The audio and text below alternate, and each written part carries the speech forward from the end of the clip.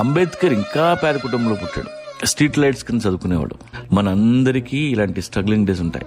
గుర్తొచ్చినప్పుడు కన్నీళ్ళు కూడా వస్తాయి. అవి తలుచుకుంటే చాలా బాధ అనిపిస్తుంది. మనకి ఎప్పుడు సక్సెస్ వస్తుందా అని ఎదురు చూస్తుంటాం. ఏదో ఒక రోజు నువ్వు అనుకున్నది అయిపోతావు చూడు, అప్పుడు నిజమైన కష్టాలు మొదలవుతాయి. సక్సెస్ వచ్చినాకే అసలైన స్ట్రగ్లింగ్ డేస్ మొదలవుతాయి.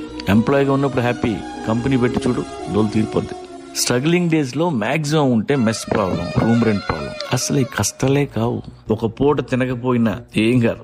వారానికి ఒకసారి ఏ ఆదివారం ఓ 1/2 కేజీ చికెన్ తెచ్చుకుంటే పండగ. ఎప్పుడైనా ఎవడైనా చల్లని బీర్ ఇప్పిస్తే కార్నివల్ లా ఉంటది. నమ్మండి, those are the best days. కర్మ గాలి మీరు అనుకున్న సక్సెస్ వచ్చేస్తే సంకనాగిపోతారు. మొదటిసారి కారు కొన్నప్పుడు రోజుకి 2 సార్లు చూస్తాం.